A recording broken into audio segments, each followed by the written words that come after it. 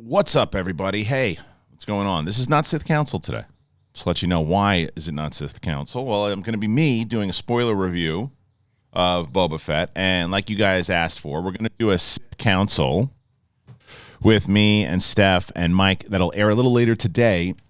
Unfortunately, just for today, I don't want to really make a habit of it. We're going to do digital or, we'll do the Zoom thing. I don't want to do it. We just have to do it for maybe a week or two.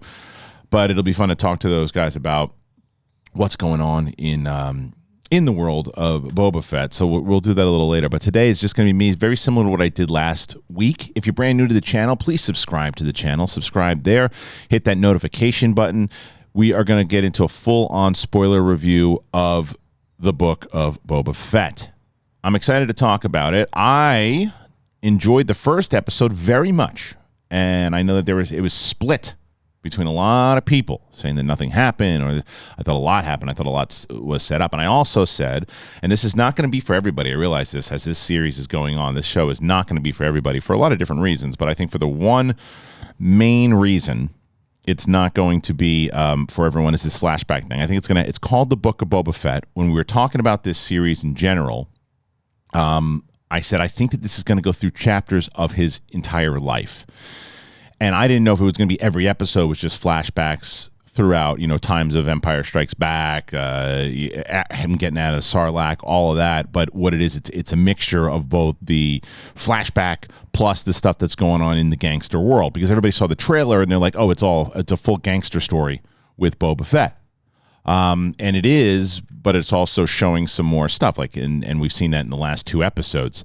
So some people are gonna, and I've already saw it. Like, I'm bored with it. This is to me the kind of Star Wars story that I think works much better on television, and B, what I wanted to see. It seems to me like a comic book. Like if you were going to get a comic book of Boba Fett and his adventures throughout his life, like this is what you would get and where you would go. It's like it doesn't connect into the Empire, at least not right now. It doesn't connect into these the bigger, grander things. People are always talking about how they wanted to get separate Star Wars stories outside of just the Empire and the First Order and all that, and that's what this is. And that's exactly what this is. And I had mentioned it earlier on in my first review, and I'll probably mention it in every other review. Never really wanted a Boba Fett. Never really thought we needed one. And once Mandalorian came about, I was like, okay, this is a little bit more interesting. And now as they dive deeper into his story, it makes a little bit more sense, and I understand why I wanted to be invested. I will say this, that I think that after this episode, I hope that we're done with the Tuscan Raider angle. 2 episodes, great. Happy to see it, but after 2 episodes, I don't need any more inside of any more Tuscan Raider adventures. The train stuff was great, all that was great, but that's it now. Let's go. Let's do new stuff. Let's go to other planets, because if we're going to be stuck on Tatooine for the majority of this season, and then we're going to be in Tatooine for Obi-Wan, got to move around a couple different planets, even if it's in flashback. Let's start off though. This entire episode, and so what I do is kind of go through the pictures of the episode and talk about it. It starts right away in Jabba's palace. They're spending a lot of time there, and they just go right into this character, the assassin that they find. And I have to, and you're going to see it in the credits a little later when I took a screen grab of it. I didn't realize it. One of the Gamorrean guards is MMA fighter Frank Trigg, who famously fought like Matt Hughes back in the day, and for a lot of people didn't realize that. I wonder if Matt Serra knew that. I hope Matt's watching this. Matt, did you know Frank Trigg was one of the guards? It's pretty nuts. I'm going to text you afterwards and say. Actually, I'll do it right now. Hey, Siri, text Matt Serra. Oh, damn it. Hey, Siri, text Matt Serra. What would you like to say? Hey, I'm doing my review of Boba Fett right now. Did you know that Frank Trigg was one of the guards? Question mark? You got to see what he does. I got to see. Anyway, so they bring this assassin guy in, and they're questioning him, and he's like, I ain't telling you nothing. I'll tell you this right away. The first half of this episode, or the first 10 minutes of the episode, was a little shaky for me. Not because of the story.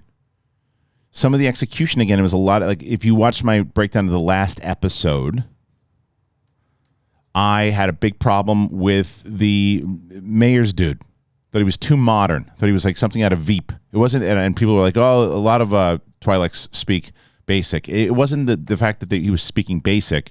It was the fact that it seemed so modern, like he was in Veep or he was in some other show. And it's like, apologies, and understandable, but And they had a lot of that in this one. And there's also, I think that the gag of the assassin, who was just like, you're not going to budge. This guy's not going to break. You're not going to get him. And he's like, all right, you don't think so? I'm going to toss you down to the Rancor. How do you feel about that? Maybe it was just too predictable the way that it was shot. The gates open up, but you know that there's no Rancor there. I mean, did anybody think there was actually a Rancor there? I know that there's been rumors that there's going to be a Rancor in the series, but I don't think it's going to be here. I didn't least. And then the guy's such a badass that he gives it up before the thing ever comes out. Oops, it's a different show. So yeah, man, that part of it, I was like, okay, fine, clever gag, but we're not even clever gag, but they pull the gag. He gives it up. This guy's never going to break. It just shows you how, I get it. They're trying to show how scary, and everybody's scared of the Rancor. But I mean, at this point, this guy's been running around. He's got to know. He didn't do his research. Or maybe he did. It's like, well, but how does he not know that? Everybody should know that Luke Skywalker killed that Rancor. Oh, they got another one? I don't know. That part of it just kind of, I was like, I didn't like that. I think he gave it up too easy. But then they move on over, and they go, and Frank Trigg goes with them to the. And they bring this guy over, and they're like, okay, because he gives it up. He says the mayor did it. It was the mayor. The mayor's the one who told me, and that's it. So let's go. All right, let's go see the mayor. This guy was worse than the mayor's guy. This guy, what show is this guy in? What show is he in? Oh yeah, I don't see you on the list. So I don't see. This feels like in an episode of Community or something. It was terrible. That scene was terrible. And again, I'm going to preface that I really did like this episode, but this leading into this, but this guy was terrible. Like and not the acting part of it.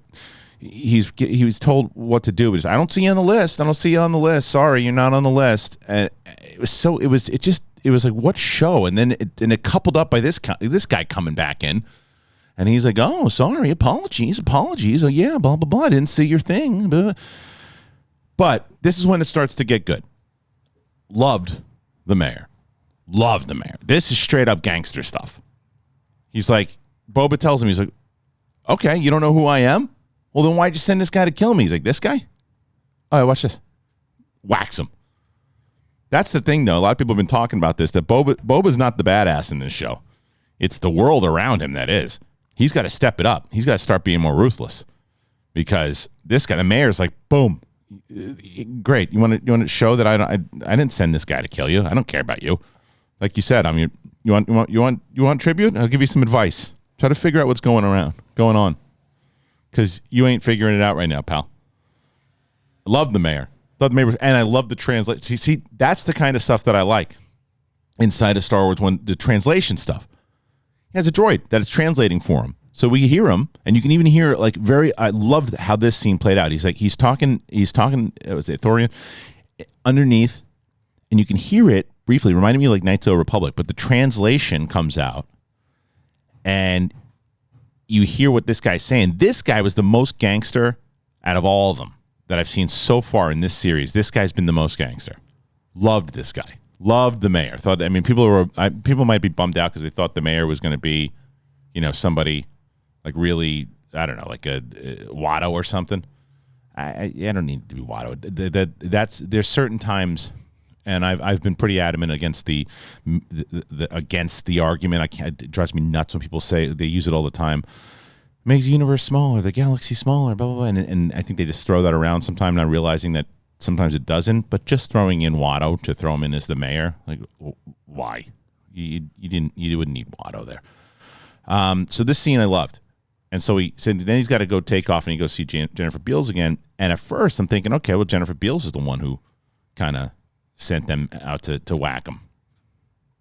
And she's like, oh, you haven't heard?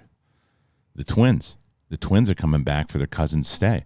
And at first I was like, what are they talking about? The twins. Like what? Because and he's like, he's like the twins are doing other things. Are they talking about Leia? I'm like, no, Leia and Luke. No, that's stupid. They don't have a cousin. Like, what are we talking about here? And then it switches over, and these two slobs come in. The Fetts. I mean the Fetts, idiot. The Hutts. Oh, I loved this scene. This is the best. I mean, I don't think anybody's going to argue with this. Hopefully not. This is the best. This is the best scene. I don't even mind I think the CGI on the Hutts have gotten much better. Yes, I love the puppets, and I love the model of original Jabba. That's the best. You're never going to compete with that. And the prequels look silly, and when Han's stepping on tails and stuff, like how CGI. But this didn't look too bad. I didn't mind them, and I like the twins. I like the twins a lot. And this is, I mentioned the mayor being gangsters. Like they've always said this. You can't go there. The Hutts are gangsters. And the Hutts are gangsters. They really like, okay, listen. I got to be honest with you though. If you're talking about Sopranos stuff, they got the rightful claim to the throne. Because, my cousin, Jabba the Hutt, and they even brought that up. I guess the mayor brought it up too. He's like, your employer. He's like, I never worked for Bib Fortuna. He's like, I ain't talking about Bib Fortuna, Jack. I'm talking about Jabba. So go figure out what's going on. Like that's the type of stuff in this show that's really working for me. The gangster stuff, because of the Hutts. The Hutts at this point are like, okay, it was cute. Now get off the throne, give it to us. It's ours. This is our cousins. It's in our family, so we're taking it. And Boba's like, no, you're not taking it from me. And they're like, okay, well then how about this guy? Now, I want to ask comic book readers, before I bailed on the canon stuff, there was a Wookie that Boba Fett was working with for a while. Is this that Wookie, or is this a different Wookie? I don't think we ever get his name, but this guy, look at this guy. I want to see. I was hoping they were going to fight though, and we probably see him fight later on, but. Man, what a great setup this was. Look at this guy. This guy is not messing around. This Wookiee, and he even says, he's like, I bring in all the gladiators you want. So he's a gladiator? He's a gladiator? Tell me more about the gladiators. I mean, right away remind me of Knights of the Republic. The whole gladiator portion of it. Loved this character. And he's calm and cool. He's not screaming or yelling. He's just like, I'm letting you know that if they give me the word, it is on. Boba Fett's like, yeah, let's do it. It's like, I don't know if you want to do that, buddy. But that was fantastic. This whole scene. And then the Hutts are like, okay, no bloodshed right now. See you later. And Boba's talking to Fennec, and he's like, all right, well, maybe they're gonna leave. You think so? I was like, no. But this was the most gangster story, mafia angle at this point, when she goes, you got to get permission to kill a Hutt. And that's straight up the Don stuff. You can't just kill a Don. You got to get permission. I was like, oh, they're going straight up mafioso stuff with this. And that was great. So that was the majority, though, of what we were doing in that angle. And then we jump back. So we spent a lot of time with the Tuscan Raiders now after that. That was the setup.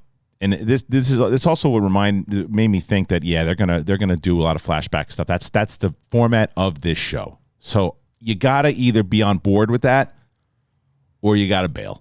Because that's what it's gonna be. And that's also the beauty of, I don't understand why you would bail though inside of this, because that's the beauty of having the television shows also. It's very different with movies. Movies you're going out and you're spending $20 on, right? And you're going, or whatever the hell, $12 for the ticket, or whatever prices you pay wherever you are with all the other crap that you're buying there. But it's, you can spend anywhere between $10 to $20 on a trip to the movies. So if you spend your money and you go there, you can, if the movie sucks, you leave and you go, that was a bummer. That was my night out. I was watching that piece of garbage. This sucks. With the show, it's like, okay, I didn't like that episode. I'll watch next week. I don't love this show. What's coming out? Oh, okay, now I got a Marvel show I can watch. All right, now I have another Star Wars show. Obi-Wan's coming out. Great. So you get your money's worth in your subscription anyway. So it's like, okay, I might as well watch it. Not loving it, but I don't watch it. I really like the show a lot, but I'm just saying as far as when I can understand the reasoning a little bit more. So Boba is in the tank, and then we know right away every time we see him in the tank, he's going to flash back. So this time he flashes back, and he's going straight up, and we see a little bit more of. He was always a badass, but maybe his fighting skills wasn't as much. That's why he was getting cracked in the back with the whatever the hell he got hit with in the jetpack, and he went flying into the Sarlacc. But when we saw him in Mandalorian, he can throw down. And we see a little bit more as far as why. Like the main warrior for the Tuscan Raiders is teaching him. And it's like, come on, hold it. He's like, I'm holding the stick the right way. Like, no, figure it out. Get it right. And these two assholes are digging for whatever they're digging for. The water again. And then these two are fighting. I'll tell you, the Tuscan Raiders, they did something, the same thing that they did in the first episode. And they explained it a little bit more too. That some of the tribes, some tribes are different than others. Some of them are just mindless warriors who just are there to kill. And that's the ones that are that killed Anakin's mother and people that we've seen that just like murder because they basically got scared into it. I don't know if there was ever there might have been in canon. I just had not paid attention to it, but confirmation that Tatooine once was filled with oceans, and because the Tuscan chief says it, he says, when the oceans dried up, that was it, and they're kind of scared of the technology, and they can't get off world, and they're the natives of the planet. Like I thought all that was pretty cool. There's a lot of backstory to it, but there's this fight, and you see Boba kind of learning a little bit more and becoming. It's like a Dances with Wolves thing. Last Samurai stuff is what's going on with Boba at this moment, and then the train comes in, and man, now I know that we get an idea later on of why they're shooting at him, because they didn't want their route to get screwed up. They just thought they're kind of just murdering the mindless idiots, kind of laughing, going, let's just kill these idiots and not have our spice run be screwed up. But it is whacking the banthas. Both those banthas, what they do to anybody? I got sad when the banthas died, and Boba's hiding behind it. So Boba's like, okay, this is. Oh, by the way, really dug the Tatooine train. Thought that was interesting. Thought that was fun, and it was in being able to add that into it. Thought that element was great to set it up. And I also wonder if they're able to do certain things where, I mean, I know that this takes place significantly after the events of Obi-Wan, but I wonder if things that they set up, just like little things, like whether there's trains and things going in, if they add into that. I know it would be a different train, but just because of that, and also to make clear, a few people, most people realized it, but when I had said last week, I was like, I want to see Vader in this series at one point, and I know he can't be in it now. It's after Jedi. I'm talking about in the flashback scenes. If they go to the flashback scenes, I'm not talking about like a full episode. I just mean very similar to Empire Strikes Back, when he hires him for a thing, do we see no disintegrations, like all that type of stuff? That's what I meant by that. So the train happens now. Boba starts to realize, because Boba, we found this out from Boba in the last episode, or not last episode, Mandalorian. He's a man true to his word, and now he's feeling something for the Tuscan Warriors. They took him in, and he's pissed off. And I don't know if you really see this scene; it's a little dark, but he's mad because he's now fitting into this tribe, and they don't really go over how long he's been there, right? We don't know how long this has been. Like at this point, he might come back. When he comes back, the Empire is out of power. Like we don't know how long that he's been gone for. He's with this tribe for how long? It seems like for a bit. When and how long was he in the Sarlacc Pit for? That's another thing. How long was he in the Sarlacc Pit for? He could have been in there for a bit.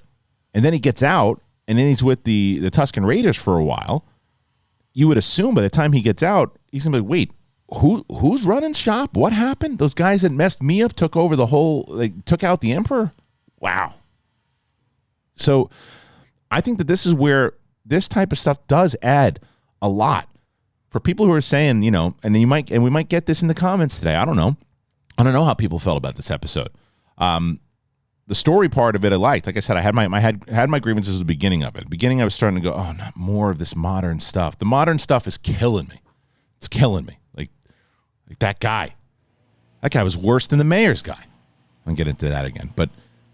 But how all this set up stuff, because you got to think about it. Like what, and I hope they address it, what's happening next with Boba? Like after, again, I do not want to spend more time. You've established everything inside of this Tuscan Raider village. You've established why he was there, how he trained. Every episode can't be Tuscan Raider, and I don't believe it is. But every episode cannot be. You got to go, if you're going to do flashback stuff, you got to go through different portions of his life. Otherwise, why call it the Book of Boba Fett?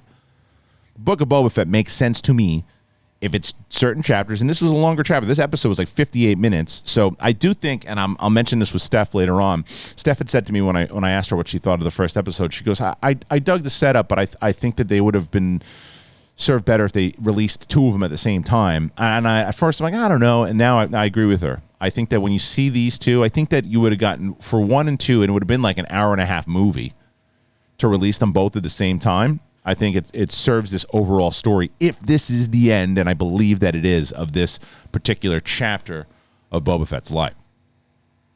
All right, so then he's walking with there's sadness, and people are crying, obviously, and he tells the chief, he goes, listen, man, I know how to figure this out. You got to trust me. Give me a stick. Let me do my thing. And the chief goes, all right, go for it. They trust him. And he goes in, and the guy with the cheap Han Solo jacket, he got it off of Google or something. And he's sitting there with his lady. Why they're in that bar, well, who knows? And then the bartender, is that bartender in a different episode? I feel like I've seen him before. You guys can tell me if that's true. And then you get these, because Boba sees these guys zipping through on the speeders, and he's like, I got an idea. And what I liked about this scene, though, was that Boba was going to steal this shit no matter what. Just happens to be that they were bad guys, and they had to set it up that they were bad guys. Otherwise, Boba's just jacking, somebody's speeders for no reason, and they want you to feel good about why he's stealing it. So by the time he gets to these jerk offs, you got over here, and the guy's like, oh, okay, they're causing a ruckus. Get out of there. Why are you even there? And then they grab this guy and they throw him against the thing, and they start like sticking this thing up his ass pipe, and they're like, hey, take this. How you like this? And he's like, I don't like that at all. And Boba comes in, starts smacking him around, and they shot it differently too, because Tamora Morrison's like 60 years old, so he moves a little slow. Comments we see about like, Boba moves slow. Give me a break. It's you take what you get, and they shot it well here too. It reminds me of like if you're watching Cobra Kai. Martin Kove is like 70-something years old. He's not flipping around fighting Johnny Lawrence all the time. They cut around him, and you can see the stunt double. It's who cares? It's the story that they're telling. I dig it. And so Boba goes in there, and he just makes easy work of these morons. And then he jacks their shit. He says, all right, look at this. I'm not only going to take one of them. I'm going to take all of them, because now I'm going to train these imbeciles. And they're imbeciles. I mean, they really are, for the most part. The chief and his dude are the main warrior guy aren't, but these guys they're idiots. They start slamming on it. They're scared of it. They're going to break it. And they do something really stupid at the end too. They'll get into, but they start smashing on this thing. He's like, no, dum-dums.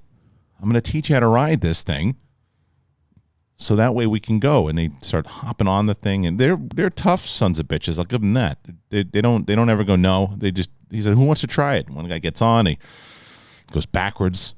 And then they start trying to jump on the thing, and they're foreshadowing certain things that they do, but he trains them. Again, this is why they don't really establish how long. He's been there for a bit, because they know the train's coming again, and the second that train comes in, they got to be ready for it. And I love this scene. I love you've seen scenes like this in shows where like the warrior is taken in by a certain village, like I said, whether it's Dances with Wolves or Last Samurai, whatever it is, and they're trained, and they get trained, and he gets trained in their ways, they get trained in his ways, and I thought they did it pretty well. And so now, did I have that scene? I do. They shoot another bantha. Look at this poor bastard. He's either taking a dump or he's eating the sand. Not bothering anybody. First of all, why you bring him out there? You know that the train's coming out again. Did he do something wrong? You wanted him to get at least, shot in the ass? Well, he didn't. He got shot and he dropped a ton of bricks. This poor bastard. Gone. Love these poor banthas. Poor son of a bitch. And then you get Boba. He's like, okay, enough is enough. You're not killing any more banthas on my watch. So he flies through, and they get on the train. And this is a cool scene, man. I like this. To get away from the idea of shouldn't they have blown away in the sand from not being locked in anything? Yes, they should have. They should have been blown to another planet at this point. From how fast they're going, how are they standing? I don't know. How is there a Wookiee with a gun? I don't know. But yes, they should have been blown right off of that damn train. But I didn't care. I like the idea of them flying around on that train, the same people, watching him work with the same people. They lost some people. Some of the speeders getting blown up. All the speeders get blown up. And Boba's just moving, kicking people's asses, showing the warrior that he is. And in this character, I don't really know his name. I mean, you guys, you tell me if you know his name. Love this guy and what they did with him. And and I thought he was going to eat it because he reminded me of the character in Last Samurai that trains Boba and is skeptical of him at first, and Boba of Tom Cruise, and then winds up eating it later on. And you always see those movies, the guy who doesn't like the protagonist at first, but then he works with them, and then the guy usually always dies. And then our hero goes, no, because I have no strong connection with you. And that's what I thought was going to happen. Didn't happen this time. This guy just comes in and he's like, no, you ain't going to kill me off. I'm going to take this guy out. I'm going to take that guy out. Just destroying everybody. This guy's a badass. I wish I knew his name. Do you guys know his name? I don't know what his name is. I'm sure we'll find out, or you guys probably know. And then Johnny Five is riding the ship, and he's the conductor. Boba comes in and tells him, hey, man, shut this shit down. He goes, nope. Jumps out the door, Grievous style, and just crawls away in the sand. Loved this scene here. It looks like a lot of these aliens. You didn't know what was happening with them. They're basically, you don't know, well, who are they? Are they diplomats? Who are they? And they're drug dealers. They're spice runners. And Boba's like, okay, man, you got spice on here? He's like, are you going to kill us? Loved this scene. So this shows like the beginning of the gangster side of Boba. He's like, I don't know. It depends on how you answer the question. What's spice? He's like, what's spice?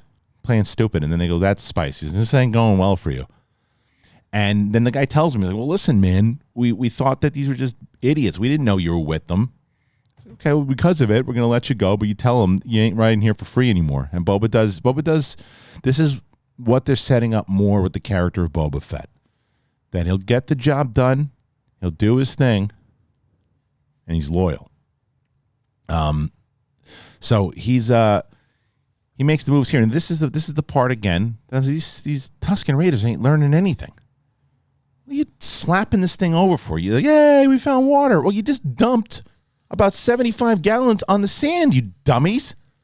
Just wait and put the cap back on it, and then get buckets or something, or have these stupid aliens that you just captured put it in the buckets for you. Yay, we found water. It's in the sand now. We got a little bit of it's hitting us. Stupid. These things are stupid. But nonetheless, Boba goes back, and this is the line that I liked, and that's why I took a screenshot of it. I love that they gave a little bit more of the backstory of it. Since the ocean's dried up, we've stayed hidden. And that's what the Tuscan Raiders are doing. He puts a lizard in his nose. I didn't know where they were going with this thing. And then it's just basically Boba going to this tree and seeing more of the history. And I think that's what we're going to learn more. This is really plaguing him. He's carrying his dad's head. It's not just the helmet. It's his dad's head in his hands. So he gets back and like, what'd you find with the tree? And they dress him up in the robes, and he starts making his stick that he loves so much. And it goes, and then he does a dance around the fire.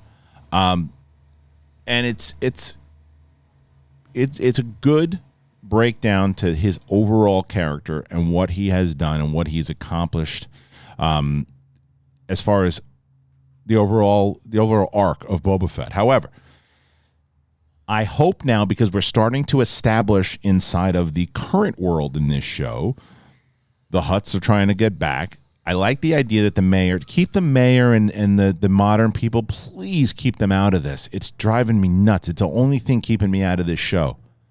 It's the only thing that when I'm watching, I'm like, oh, come on. Where is it? I got to see. Hold on, let me shut some of this down. Is that the guy? This guy. This guy, I couldn't believe it. Like, what's he wearing too? It looks like an Imperial. He looks like he's working at a theme park, and he's like, "Can I take your order?" There was no. Oh, I couldn't stand that part. It drove me crazy. But overall, like the episode because of the setup where we are at the moment, and then so this is where Frank Trigg is hilarious. Did Sarah write me back? Let me see. No, you didn't write me back yet. Okay.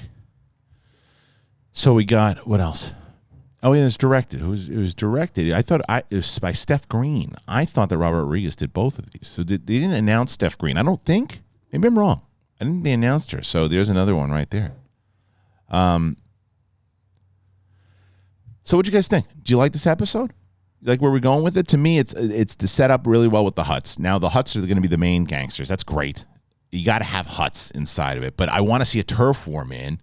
I want to see Boba Fett having to make alliances with other gangsters and say, look, we got to take the Hutts out. But let's start crossing that line, though, because Boba's sitting on that throne saying, I'm the crime lord. Well, then commit some crimes, homie. Let's see it. You know, I get being a good guy and having the honor and all that, too, but we're playing in a gangster world. Let's see Boba the gangster, or don't be in the world, because the Hutts ain't going to mess around. Is there going to be some tragedy in this thing? We'll see. 2 episodes in, and it's a setup. It's a good setup.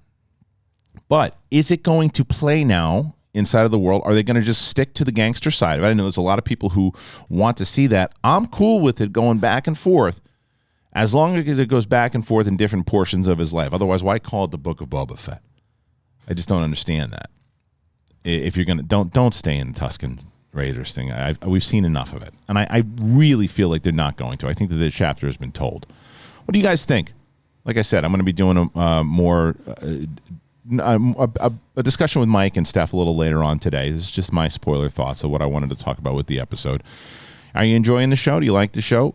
For those people who didn't like episode 1, did you like episode 2? And if not, are you coming back? Or are you done?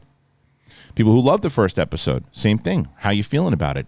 Are you with me? A lot of people seem to be with me on the side of the last week with the too modern Veep mayor's guy. You with me on this other guy? How are we feeling about that? Loved the mayor. Let's get more of him. Get rid of those 2 bozos and let's keep the mayor in there. The mayor was fantastic. The mayor seems to be an ally. Seems to be. And just whacked. Him and the Hutts are the 2 best gangsters I've seen so far. This guy? You think I sent this guy to kill you? No. Shoot him in the head. Great scene. So that's it. That was my thoughts on Boba Fett episode 2. I hope you enjoyed it.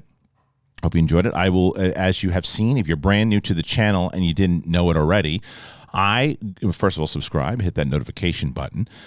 A lot of people who are watching this episode of my show and have not subscribed yet, come on. I see that a lot of times. People will find it, and whether you're searching for Boba Fett reviews and you see it, I do these every week. So go ahead and subscribe and help me out there. And I answer all the comments. I go through all the comments, and I have conversations with everybody. It takes me a little bit to do it, but I do it. So thank you guys for joining me. I really appreciate it. And tune in a little later on today. I'm not sure if I'm going to drop it around 4 or 5, but the episode, me, Steph, and Mike will be up for Sith Council. Thanks, everybody. See you on the flip side. Peace.